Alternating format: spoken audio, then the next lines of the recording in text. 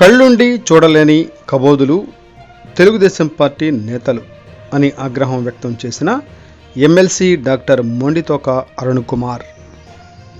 గెలిచాడు, ఈయన సత్తా ఉండబట్టి జయదేవ్ గెలిచాడు, ఈయన సత్తా ఉండబట్టి రామ్మోహన్ గెలిచాడు.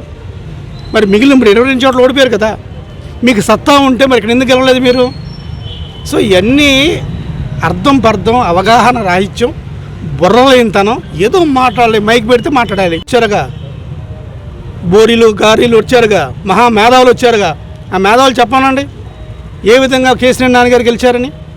కేసీఆర్ నాన్నగారు ఏ ఎంపీ చేయని విధంగా టాటా ట్రస్ట్ తీసుకొచ్చాడు. ఇంతమంది ఎంపీలు ఆంధ్రప్రదేశ్లో ఇన్ని ఎంపీలు ఉంటే రతన్ టాటా ట్రస్ట్ ఎవరైనా తీసుకొచ్చారా? రతన్ టాటా గారు ఎవరికైనా టైం ఇస్తారా? ఆయన విజయవాడ తీసుకొచ్చారు కదా. ఈరోజు ఫ్లైఓవర్స్ కావచ్చు, నితిన్ గడ్కరీ గారిని పట్టుకొని ఫ్లైఓవర్స్ చేపించింది ఎవరు?